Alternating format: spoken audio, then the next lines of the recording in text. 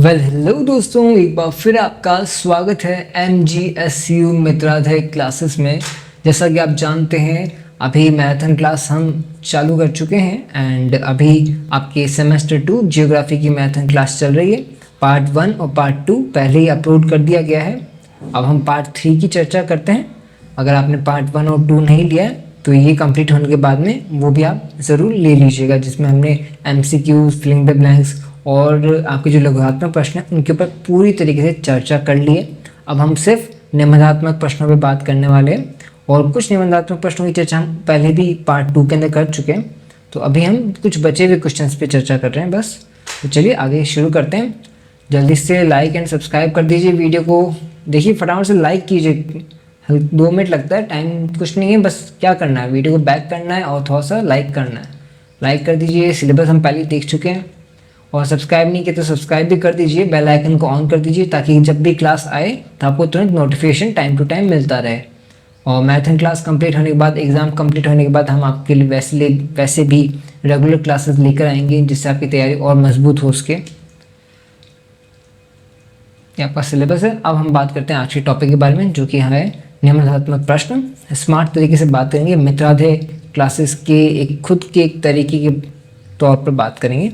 तो चलिए शुरू करते हैं। सबसे पहले आता है विश्व की प्रमुख मिट्टियों के प्रकार व वितरण। वैसे हम 2 मिट्टियों के बारे में पहले भी बात कर चुके हैं, जलोढ़ मृदा और काली मृदा। इनके बारे में अपन पार्ट 2 के अंदर पहले भी बात कर चुके हैं। कुछ अगर मिट्टी अगर बच गई है तो उनका अपन वितरण यहाँ पे समझ लेते हैं। वर्गीकरण कटिबंधीय, आंतरिक, अपार्श्विक, यानी इन 3 प्रकार से इनका वर्गीकरण किया गया है। कटिबंधीय कौन सी भी? जलवायु व वनस्पति से निर्मित होती है। कटिबंधारित जो कटिबंधांतरित जो है वो स्थानीय परिस्थितियों से बनी होती है। जो वहाँ की परिस्थितियाँ होती हैं उस आधार पे कटिबंधांतरित बनी होती हैं मिट्टियाँ। मृदा अपार्श्विक यानी कि प्रवाह जमाव से नई मिट्टियाँ, यानी जो प्रवाह हो जाता है, जमाव हो जाता है, यानी कि आप समझिए जब पानी एक साथ कई प्रकार से मृदा को लेकर के आता है अपने साथ में तो वहाँ जम जाती है मिट्टी। उसका जब वो अलग अलग प्रकार की मिट्टियों को लेकर के आता है, थोड़ी यहाँ की थोड़ी वहाँ की, तो वो जब अलग अलग प्रकार की मिट्टियाँ मिलकर के जम करके एक नई मिट्टी का निर्माण होता है, वो हुई अपार्श्विक। ठीक है। टुंड्रा मिट्टी उत्तर साइबेरिया कनाडा के अंदर पाई जाती है। ठीक है। पॉटजोल ये कहाँ पाई जाती है? ठंडे शीतोष्ण वनों में मिलती है, ठंडे शीतोष्ण वन में। स्लेटी भूरी ये कहाँ होती है? पतझड़ी वन क्षेत्र में पाई जाती है। लाल मिट्टी कहाँ पाई जाती है? उष्ण व आर्द्र प्रदेशों में फैली हुई है। लेटराइट गर्म, आर्द्र व शुष्क चक्र वाले क्षेत्रों में। ठीक है। प्रेरी मिट्टी गेहूं व मक्का के मैदान में उत्तम होती है। ये प्रेरी मिट्टी जो है ये गेहूं और मक्का की जो फसल है उसके लिए बहुत अच्छी होती है। काली मिट्टी की बात करें तो इन्हें चर्नोजम भी कहा जाता है, जिन्हें दक्षिण रूस और भारत के कुछ भागों में हम देख सकते हैं। जैसे कि अगर मैं आपको इस टॉपिक को एक बार फिर से थोड़ा सा एक्सप्लेन करूं तो मिट्टी यानी वो धरती की परत है जो हमारे जीवन की असली जड़ है। विश्व की मिट्टियां अलग अलग जलवायु और वनस्पति के असर से बनती हैं। ठीक है। जलवायु और वनस्पति के असर से बनती हैं। जैसे कटिबंधीय मिट्टियां गर्म और आर्द्र क्षेत्र में बनती हैं, जबकि ठंडे इलाकों में टुंड्रा मिट्टी इतनी कठोर होती है कि खेती नामुमकिन सी है। ठीक है। अगर प्रेरी मिट्टी की बात करें तो भाई ये तो गेहूं की खेतों की रानी है, समझे। मतलब गेहूं तो इतना अच्छा उगता है टुंड्रा मिट्टी के अंदर, प्रेरी मिट्टी के अंदर। तो प्रेरी मिट्टी कौन सी फसल के लिए बेस्ट है? गेहूं के लिए। फिर अगर अपन आगे बात करें तो भारत में काली मिट्टी को कॉटन क्वीन कहते हैं। कॉटन क्वीन क्यों कहते हैं? क्योंकि ये कपास के लिए सबसे बेस्ट है। मैंने आपको पहले भी बताया था पार्ट 2 के अंदर, कपास सबसे बेस्ट किस मिट्टी के अंदर लगता है, किस मृदा के अंदर लगता है, तो वो लगता है काली मिट्टी के अंदर। वहीं मरुस्थलीय मिट्टी थोड़ी ज़िद्दी होती है, पानी ना मिले तो मानती ही नहीं है, समझे। मतलब कि ये है कि मरुस्थलीय जो मिट्टी है वहाँ पर पौधों का उगना थोड़ा सा टिपिकल हो जाता है, बिकॉज वहाँ पर जो कंटीली झाड़ियाँ हैं वही बेटर उसको कहते हैं सूट करती है। आगे बात करते हैं। कुल मिलाकर मिट्टी का रंग, रूप और गुण उसकी जगह की कहानी कहते हैं। जहाँ प्रकृति जलवायु बदले वहाँ मिट्टी भी अपना चरित्र बदल लेती है। जहाँ जलवायु बदलती है वहाँ पे मिट्टी भी अपना चरित्र बदल देती है। मृदा अलग अलग प्रकार की मृदाएं बताई गई है। आपकी वितरण मैंने आपको यहाँ पे बता ही दिया है कि टुंड्रा मिट्टी कहाँ पे पाई जाती है, पॉट जल कहाँ पाया जाता है। वैसे ही आप यहाँ पे एक बार नोट्स को दोबारा से देख लीजिएगा, और जो हम बता रहे हैं उसको ध्यान से लिसन कीजिए, सुनिए। आपको सुनने से वो दिमाग में बैठेगा, वहाँ पे आपको हेल्प होगी लिखने में, आंसर लिखने में। चलिए आगे चलते हैं। जल संसाधनों का वितरण एवं उपयोग। देखिए वर्गीकरण स्थलीय व महासागरीय, ठीक है। स्थलीय क्षेत्र में अगर बात करें अपन तो जो स्थलीय स्रोत हैं वो है नदियाँ, झीलें, ताल, भूमिगत जल। भूमिगत जल आप समझ गए, जो आपके भूमिगत जल होता है, ग्राउंड वाटर जिसे हम कहते हैं, ठीक है।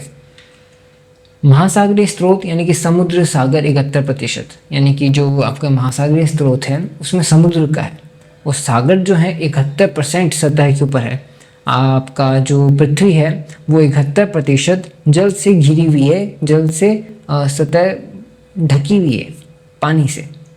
घरेलू उपयोग पीने, नहाने, घरेलू कामकाज में पानी का उपयोग होता है। औद्योगिक उपयोग भाप, कूलिंग, रसायन प्रक्रिया, अलग अलग प्रकार से उद्योग में भी काम में आता है, आपको पता ही है। कृषि उपयोग, कृषि उपयोग सबसे ज़्यादा है किसमें? सिंचाई में। बिना पानी के कौन सी फसल उग सकती है? मछली पालन, देखिए स्थानीय भोजन में व्यापार स्रोत है तो मछली पालन के लिए भी जल चाहिए। परिवहन, नदियाँ, समुद्र सस्ता माल ढुलाई माध्यम है, यानी कि देखिए समुद्र के सहारे, जहाज़ों के सहारे बहुत सा सामान इधर से उधर लाया जाता है, तो ये परिवहन का भी एक बहुत बड़ा साधन है जल संसाधन। जल विद्युत, बांध व टरबाइन से बिजली उत्पादन होता है। जलवायु प्रभाव होता है, महासागर, वर्षा व ताप नियंत्रक। तो देखिए इस प्रकार से समझिए, पृथ्वी पर 71% हिस्सा पानी का है, लेकिन मज़े की बात यह है कि उसमें सिर्फ 1% ही हमारे काम का है, बाकी सब खारा है, यानी बर्फ़ के रूप में जमा हुआ है। बाकी हम इस तरह से यूज़ ही नहीं कर सकते, ठीक है। हमारे जल स्रोत नदियाँ, झीलें, भूजल और महासागर ही हैं। नदियाँ सिंचाई और बिजली दोनों में काम आती हैं, और जबकि समुद्र दुनिया की सबसे बड़ी मछली और खनिज की खान है। मतलब देखिए वहाँ पे सबसे बड़ी मछली भी आपको मिलेगी, व्हेल भी मिलेगी, हर तरह के जीव जंतु आपको मछली समुद्रों में मिलेंगे, ठीक है। और वहीं आपको खनिज भी मिलेंगे, उन समुद्रों की गहराइयों में आपको भांति भांति प्रकार के खनिज भी मिलते हैं।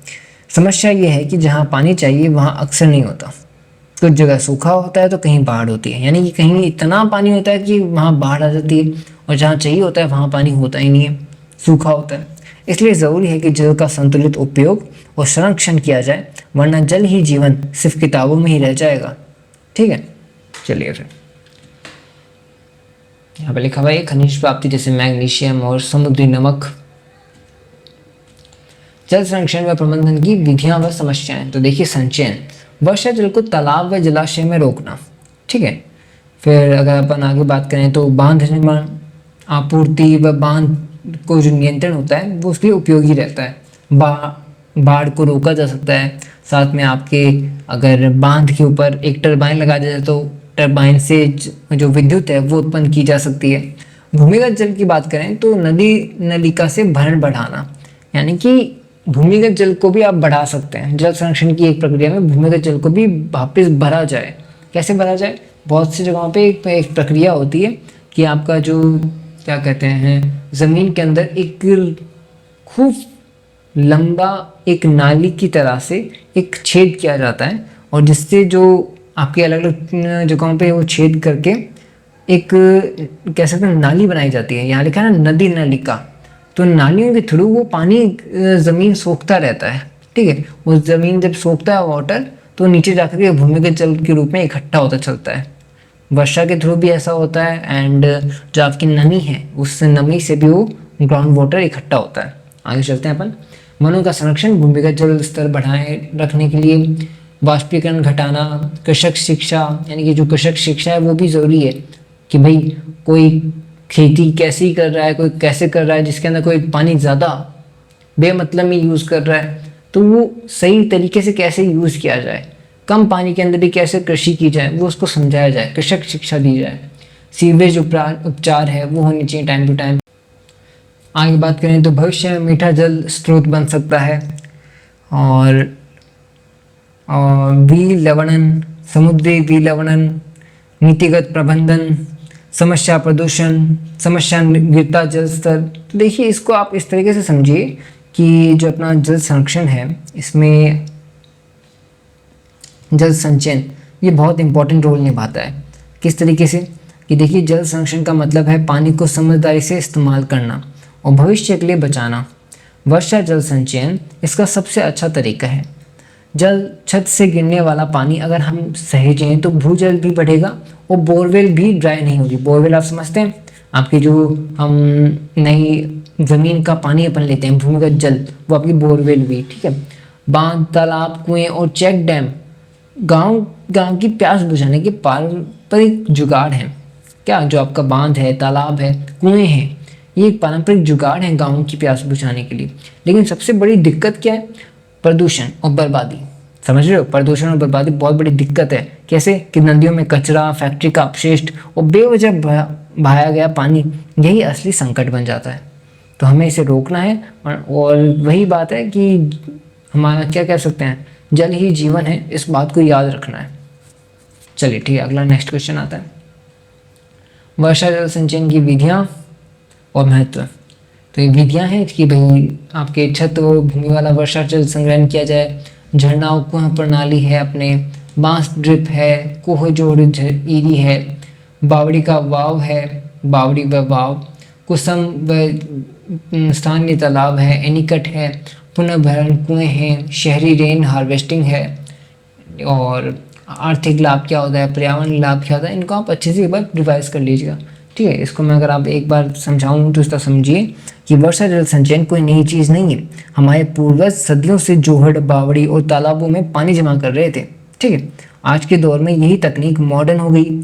छत से गिरने वाला पानी पाइप से फिल्टर होकर ज़मीन में जाता है और भूजल रिचार्ज हो जाता है, यानी कि भर जाता है वापस। भूमिगत जल तो जो है वापस से फुल हो जाता है, एक तरह से अपने आप लेवल में आने लग जाता है। इससे न सिर्फ बोरवेल लंबे टाइम तक चलते हैं, बल्कि पीने योग्य, सिंचाई योग्य पानी टाइम टू टाइम साफ साफ मिलता रहता है। ठीक है, वरना अगर कम खाली होने लग जाएगी बोरवेल तो उसमें भी गंदा पानी फिर आने लग जाएगा, मतलब जो आसपास की मिट्टी है वो ऊपर आने लग जाएगी। इसका फ़ायदा ये है कि इससे पानी की कमी नहीं होती और बाढ़ जैसी स्थिति भी कंट्रोल होती है। ठीक है भाई, अपनी छत को मिनी तालाब बना लो एक तरीके से कि पानी भी बचेगा, बिल भी घटेगा और नेचर भी खुश रहेगा। कैसे मिनी तालाब बना लो कि आपकी जो छत है उस पर एक सिस्टम बनाइए कि आप नीचे कुएं के अंदर या फिर कोई एक आसपास कोई तालाब के अंदर वो पानी इकट्ठा कर सकें, वो छत वाला पानी। ठीक है, आज भी बहुत जगहों पे ये किया जाता है, अपने अपने घरों पे ऊपर छत के ऊपर इस तरीके से वो छत को बारिश के दौरान साफ़ कर लेते हैं और फिर बारिश के पानी को अपने कुएं के अंदर या फिर एक बढ़िया से स्रोत के अंदर वो इकट्ठा करते हैं और उसको हम पालर पानी भी कहते हैं, है ना। चलिए फिर आगे चलते हैं।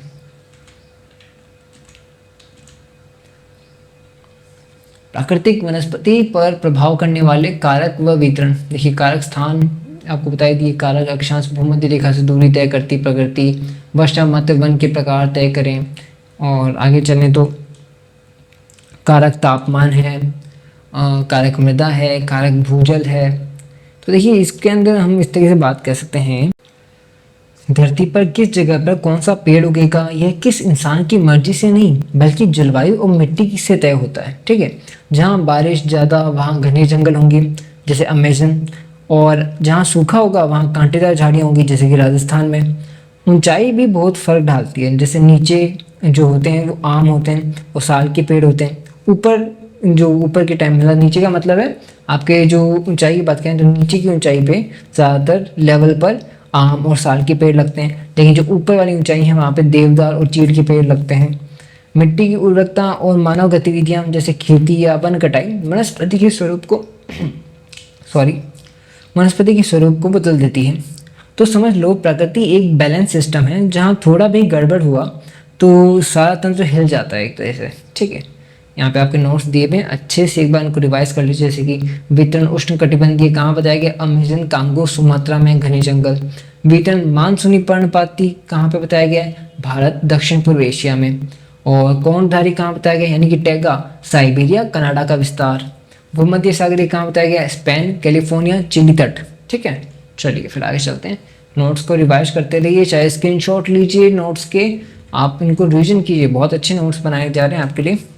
विश्व में लौह अयस्क के उत्पादन व वितरण का वर्णन कीजिए। देखिए लौह अयस्क जो है इस्पात उद्योग का प्रमुख कच्चा माल है। मैग्नाइट, हेमेटाइट, लिमोनाइट, सिडेराइट, ये इसके प्रकार हुए। मैग्नाइट में 72% लोहा होता है और उत्तम गुणवत्ता का होता है, स्वीडन रूस के अंदर पाया जाता है। हेमेटाइट 60 से 70% लोहा कहाँ पाया जाता है? ब्राज़ील में, भारत में, अमेरिका में। लिमोनाइट 40 से 60% लोहा इंग्लैंड और फ्रांस के अंदर। सिडेराइट 40 से 50% लोहा। ये सबसे कम किस में हुआ? सिडेराइट। सबसे ज़्यादा किस में हुआ? मैग्नेटाइट। और सिडेराइट कहाँ पाया जाता है? यूरोप के कुछ भागों में। मुख्य उत्पादक देश कौन से हुए? ब्राज़ील, चीन, ऑस्ट्रेलिया, भारत। ब्राज़ील, चीन, ऑस्ट्रेलिया, भारत। ब्राज़ील के अंदर कहाँ कहाँ पाया जाता है ये बताया रखा है। ऑस्ट्रेलिया में कहाँ पाया जाता है ये बता रखा है। चीन में कहाँ पाया जाता है ये भी बता रखा है। कहाँ? इताबिरा, पिलबारा, हेनान द्वीप, ये अलग अलग जगहें होगी। भारत के अंदर कहाँ पाया जाता है ये मुख्य है। झारखंड, ओडिशा, छत्तीसगढ़, गोवा प्रमुख। ठीक है। निष्कर्ष, लौह अयस्क औद्योगिक विकास की एक रीढ़ की हड्डी की तरह है। ठीक है। अगर लौह अयस्क नहीं होगा तो क्या होगा? औद्योगिक जो नींव है वो एक तरह से हिल सकती है। उद्योग इन्हीं के ऊपर टिका हुआ है। अगर हम बात करें भारत में झारखंड, उड़ीसा और छत्तीसगढ़ इस्पात के असली पावर हाउस की तरह है। पावर हाउस, वो अभी सॉन्ग आया था ना, पावर हाउस। तो जबकि जापान और जर्मनी जैसे देश आयात पर निर्भर हैं, जबकि जापान और जर्मनी है वो तो आयात यानी कि इम्पोर्ट कराते हैं। ठीक है। तो याद रखो दोस्तों, जहाँ लोहा है वहीं उद्योग का ज़्यादा फोकस होगा। खनिज संसाधनों के वितरण एवं उपयोग। देखिए वितरण एवं उपयोग में हम बात करेंगे तो खनिज संसाधन पृथ्वी की सतह के नीचे पाए जाने वाले उपयोगी पदार्थ हैं। क्या है? पृथ्वी की सतह के नीचे पाए जाने वाले उपयोगी पदार्थ। वितरण ये समान रूप से नहीं है बल्कि कुछ क्षेत्रों में केंद्रित पाए जाते हैं। लौह अयस्क जैसे कि कहाँ पाया जाता है? ब्राज़ील, चीन, ऑस्ट्रेलिया, भारत। तांबा कहाँ पाया जाता है? Chile, America, Canada, Zambia. Manganese कहाँ पाया जाता है? भारत, दक्षिण अफ्रीका, ब्राज़ील। अभ्रक कहाँ पाया जाता है? भारत को विश्व में अग्रणी स्थान मिलता है अभ्रक के तौर पर। ठीक है। और अभ्रक अपने भारत में कहाँ पाया जाता है? बिहार और राजस्थान के अंदर। क्रोमियम, निकल है, यूरेनियम, थोरियम है, कोयला है। कोयला कहाँ? चीन, अमेरिका, रूस। चीन फर्स्ट नंबर पे। खनिज तेल सऊदी अरब, ईरान, अमेरिका, भारत। यानी कि खनिज तेल तो उसमें तो आपको बताया था मैंने, आपके मिडिल ईस्ट जो है खाड़ी देश हैं वो सबसे आगे रहते हैं। उपयोग की बात करें तो ऊर्जा उत्पादन, औद्योगिक, परिवहन, सुरक्षा, कृषि। मतलब जो खनिज संसाधन है वो किस काम आते हैं वो आपके नीचे बता ही दिया। आधुनिक सभ्यता का आधार है, औद्योगिक विकास की रीढ़ है। ठीक है। ठीक है। आज फटाफट से आपके नोट्स इसलिए कंप्लीट कराए जा रहे हैं तो मैं चाहता हूँ कि आप ये क्लास कंप्लीट करके फर्स्ट और सेकंड पार्ट भी दोबारा एक बार रिवाइज कर लें, आपको टाइम मिले पूरा। और किस कारण से मैं आपको फटाफट से पढ़ा रहा हूँ तो इस मेरी बात को समझिएगा और इसका महत्व भी रखिएगा। ये क्लास कंप्लीट होने के बाद पार्ट 1 और पार्ट 2 को दोबारा अटेंड कीजिएगा। सच कह रहा हूँ, आपकी कल का पेपर बड़ा ही अच्छा जाएगा अगर आप पार्ट 1, 2 पार्ट और 2 दोबारा एक बार से रिवाइज कर लेंगे। ठीक है। इनका नोट्स को आप एक बार आराम से शांति से वीडियो को पॉज करके देख सकते हैं। ठीक है। चाहे तो स्क्रीनशॉट लीजिए इसका। चलिए आगे चलते हैं अपन। पर्यावरण के प्रमुख घटक। अवस्थिति, लोकेशन जो है अक्षांश देशांतर के अनुसार। भौगोलिक स्थिति है, समुद्र से दूरी व व्यापारिक मार्गों का प्रभाव। यानी कि जो पर्यावरण के प्रमुख घटक हैं उनमें अवस्थिति बहुत इंपॉर्टेंट होती है। ठीक है। स्थिति जलवायु, व्यापार में विकास को प्रभावित करती है। उदाहरण, भारत की द्विसागरीय स्थिति व्यापार में लाभ निभाती है। जो भारत की स्थिति है वो सागर के दोनों तरफ है, इधर हिंद महासागर पड़ता है, उधर अरब सागर पड़ता है। इस वजह से वो दोनों ही तरह से व्यापार में लाभ उठा सकता है। आगे चलें अपन तो उच्चावच स्थलाकृति बहुत इंपॉर्टेंट रोल निभाती है। यानी कि जो पर्वत, पठार, मैदान जो है उस वजह से हमारी जो स्थिति है भारत की पर्यावरणीय स्थिति, भौगोलिक स्थिति वो बहुत ही उचित है। ठीक है। जिसमें ऊंचाई, तापमान, वर्षा को प्रभावित करती है पर्यावरण को। पर्वतीय ढालों में विविध जलवायु वनस्पति पाई जाती है। यानी कि हमारे पास पर्वत भी है, पठार भी है, मैदान भी है। इस वजह से हमारे पास अलग अलग तरह के मौसम हैं, अलग अलग तरह की वनस्पतियां हैं, अलग अलग प्रकार की जैव विविधता पाई जाती है। ठीक है। जैसे शीतवन है, मैदानी भाग है, कृषि क्षेत्र है। हम पूरे भारत में अलग अलग विविधता आपको देखने को मिलेगी। ठीक है। आगे चलें। जलवायु जैसे मैंने आपको बता दिया कि जब अलग अलग प्रकार से आपके उच्चावच हैं तो उसी उच्चावच के आधार पर आपकी जलवायु भी होगी। कहीं पे घने वन होंगे, कहीं पे कम तापमान वाले वन होंगे। ठीक है। कहीं पे कम वर्षा वाले, कहीं पे अधिक वर्षा वाले। प्राकृतिक वनस्पति की बात करें तो भाई सीधी सी बात है, जब आपके उच्चावच चेंज हो रहे हैं, जलवायु चेंज हो रही है, तो प्राकृतिक वनस्पति भी चेंज होगी, है ना। तो वायु को शुद्ध करती है, मिट्टी को बांधती है, वर्षा में सहायक होती है। जहाँ ज़्यादा पेड़ पौधे होंगे वहीं वर्षा ज़्यादा होती है। और वनों की कटाई प्रदूषण और वनोत्तरीकरण का खतरा बना रहता है, ठीक है। मानव घटक क्या है इसके अंदर फैक्टर, तो ह्यूमन फैक्टर ऐसा है कि पर्यावरण का रक्षक भी है और विनाशक भी है। औद्योगिकरण, शहरीकरण, वन कटाई असंतुलन पैदा कर देता है, और संरक्षण से ही सतत विकास संभव है। यानी कि जो आगे सतत विकास मैंने आपको बताया था, डेवलपमेंट आपका, वो डेवलपमेंट तभी संभव है जब हम वर्तमान में इस प्रकार से उसे यूज़ करें कि भविष्य में भी वो उपयोग हेतु बचा रहे, ठीक है। दीर्घकालिक सोच के ऊपर मृदा की बात करें तो चट्टानों का अपक्षय हो रहा है, जैविक पदार्थ निर्मित हो रहे हैं। 4 घटक कौन कौन से, खनिज, कार्बनिक पदार्थ, जल और वायु। रेतीली मिट्टी, चिकनी मिट्टी, दोमट मिट्टी, अलग अलग प्रकार की मिट्टी उपजाऊपन के अनुसार विविधता बताती हैं। और मृदा जो है कृषि का आधार और पर्यावरण की रीढ़ है। जलराशियाँ, महासागर, नदियाँ, झीलें, भूजल। और बात करें जलवायु, वर्षा, तापमान व जीवन पर सीधा सीधा प्रभाव बनता है। जल चक्र के बारे में हम पहले ही पार्ट 2 के अंदर अच्छे से डिस्कस कर चुके हैं। जल चक्र की इंपॉर्टेंट मेरे को लग रहा है क्वेश्चन आ सकता है जल चक्र वाला, पार्ट 2 एक बार दोबारा से रिवाइज कर लीजिएगा। जैविक कारक, जीव जंतु, पशु पक्षी और मनुष्य, ये सभी जैविक कारकों में आते हैं। बायोटिक फैक्टर्स रहेंगे जो कि पर्यावरणीय अनुकूलन बनाते हैं और जीवन की निरंतरता बनी रहती है, ठीक है। चलिए फिर वैश्विक ऊष्मन, ग्लोबल वार्मिंग को रोकने के उपाय, ये भी इंपॉर्टेंट है। ऊर्जा संरक्षण, यानी कि जरूरत के अनुसार ऊर्जा का उपयोग कीजिए। उदाहरण के लिए CFL LED बल्ब को यूज़ कीजिए।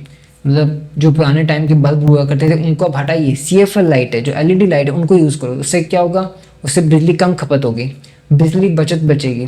सार्वजनिक वाहन उपयोग कीजिए, यानी कि अगर आपके पास पर्सनल गाड़ी वगैरह है तो रोज़ाना उससे अपने काम के लिए मत यूज़ कीजिए। कभी कभी बस का, ट्रेन का, इनका यूज़ कीजिए ताकि आप वो जो पॉल्यूशन है उसको थोड़ा कम कर सकें यार, ठीक है। छोटे से काम के लिए जा रहे हैं, खुद की पर्सनल गाड़ी है लेकर निकल गए, नहीं, आप थोड़ा बस है जो पब्लिक कहते हैं आपके सोर्स हैं उनको यूज़ कीजिए, पब्लिक साधन को। कुशल उपकरणों से 40% तक ऊर्जा की बचत होती है, यानी कि जो आपका जो कहते हैं जैसे कि टाइम के साथ में नए नए अपग्रेडेड चीज़ें आ रही है, उनसे बिजली की बचत भी हो रही है। पुराने टाइम में जैसे टीवी था, वो टीवी कितनी बिजली खाता था, ठीक है, कुछ आपके 150 वाट तक की बिजली खाता है। लेकिन अब आ गई हैं LEDs, ठीक है, LED टीवी आ गई है, वो कुछ 45 वाट, 35 वाट, इतने के अंदर अंदर ही आपकी LED चल जाती है, ठीक है। पुराने टाइम में कितने कितने ले रहे थे, 150 वाट तक। चलिए आगे चलते हैं। अक्षय ऊर्जा स्रोतों का विकास, कोयला, तेल, गैस जैसे जीवाश्म ईंधनों की जगह स्वच्छ ऊर्जा का प्रयोग होता है। उदाहरण के लिए सौर ऊर्जा, पवन ऊर्जा, जल विद्युत, जैव ऊर्जा। वायु प्रदूषण, के बारे में हम पहले ही डिस्कस कर चुके हैं आपके पार्ट 2 के अंदर। जल प्रदूषण को भी वहाँ पे अच्छे से डिस्कस किया था, ध्वनि प्रदूषण को भी डिस्कस किया था। वनीकरण, कार्बन की नेचुरल सिंक की तरह है एक तरीके से, ठीक है। जैसे कि पेड़ जो हैं वो कार्बन डाइऑक्साइड को नेचुरली अंदर शोषित कर लेते हैं, सिंक कर लेते हैं। पेड़ लगाओ, CO2 अवशोषण को बढ़ाओ, यानी CO2 का जो अवशोषण हो रहा है उसको बढ़ाओ ताकि CO2 एकदम से कम हो जाए। कार्बन डाइऑक्साइड बढ़ेगी तो अन्य जो हानिकारक गैसें हैं उनमें भी बढ़ाव आएगा, मीथेन वगैरह हैं, ये भी गैसें बढ़ेंगी उस वजह से। वन रोपण और वनीकरण को ध्यान दीजिए, उनसे जलवायु को संतुलित बनाने पे काम कीजिए। अंतर्राष्ट्रीय जो नीतियाँ हैं उनके थ्रू पेड़ लगाने की नीतियों को बढ़ावा दीजिए। कृषि सुधार पे कार्य कीजिए। मीथेन का जो है उत्सर्जन वो कम होना चाहिए। विश्व में जल संकट के प्रमुख कारण और उपाय, देखिए विश्व में जल संकट के प्रमुख कारण, मुख्य कारण जनसंख्या वृद्धि है, पानी की बढ़ती मांग है, औद्योगिकरण है, कृषि में अत्यधिक सिंचाई, वनों की कटाई, प्रदूषण, जलवायु परिवर्तन। उपाय क्या हो सकते हैं भाई, वर्षा जल संचयन, मैंने आपको बताया रेन वाटर हार्वेस्टिंग कीजिए, ड्रिप सिंचाई, स्प्रिंकलर तकनीक, वन रोपण कीजिए, जन जागरूकता फैलाइए। ये बैंक इसका स्क्रीनशॉट ले लीजिए, दोबारा रिवाइज कीजिएगा शांति से ताकि आप पार्ट 1 पार्ट 2 दोबारा लीजिएगा, पार्ट 3 को भी चाहे दोबारा ले सकते हैं एक बार, बट वही मेरा मकसद है कि आप फटाफट से एक बार ये क्लास कंप्लीट कर सकें तो पार्ट 1 और पार्ट 2 को रात में रिवीजन कर सकें, आप टाइम आपको मिले। चलिए फिर वन संसाधनों का आर्थिक महत्व, आर्थिक महत्व क्या है, काष्ठ संसाधन, गैर काष्ठ संसाधन, मतलब ये उत्पादन है कि वन से क्या आर्थिक महत्व मिल रहा है, लकड़ी, फर्नीचर निर्माण हो रहा है, रबर, राल, गोंद, मोमबत्तियाँ, शहद ये प्राप्त हो रहा है। ईंधन के तौर पर लकड़ी, कोयला, बायोमास प्राप्त होता है। कृषि सहायक में पत्तियाँ, पशुओं का चारा, मृदा संरक्षण होती है। पर्यटन की ये एक स्पॉट बन जाती है, रोजगार होता है लोगों को। और महत्व क्या है भाई, कार्बन डाइऑक्साइड अवशोषित कर रहा है तो ऑक्सीजन को साफ कर रहा है, मृदा संरक्षण कर रहा है, जल चक्र को बनाए रख रहा है, जैव विविधता का संरक्षण कर रहा है। जो वन है वो बहुत इंपॉर्टेंट हमारी लाइफ के लिए। अब फटाफट से एक रैपिड रिवीजन करते हैं, बस 5 मिनट की क्लास हो रही है। आपके लिए एक नया सेशन लेकर आए हैं रैपिड रिवीजन। कमेंट करके बताइएगा कि ये आपको रैपिड रिवीजन वाला पार्ट कैसा लगा, क्या आगे अन्य वीडियो में हमें ये इसे कंटिन्यू करना है कि नहीं, ये बताइएगा। रैपिड रिवीजन में जैसे संसाधनों की प्रकृति एवं घटक, ये आपसे पूछा जाए तो आपको क्या क्या बताना है। आपको बताना है परिभाषा, फिर मानव, मानव क्या है, प्राकृतिक संसाधनों से जुड़ा हुआ है।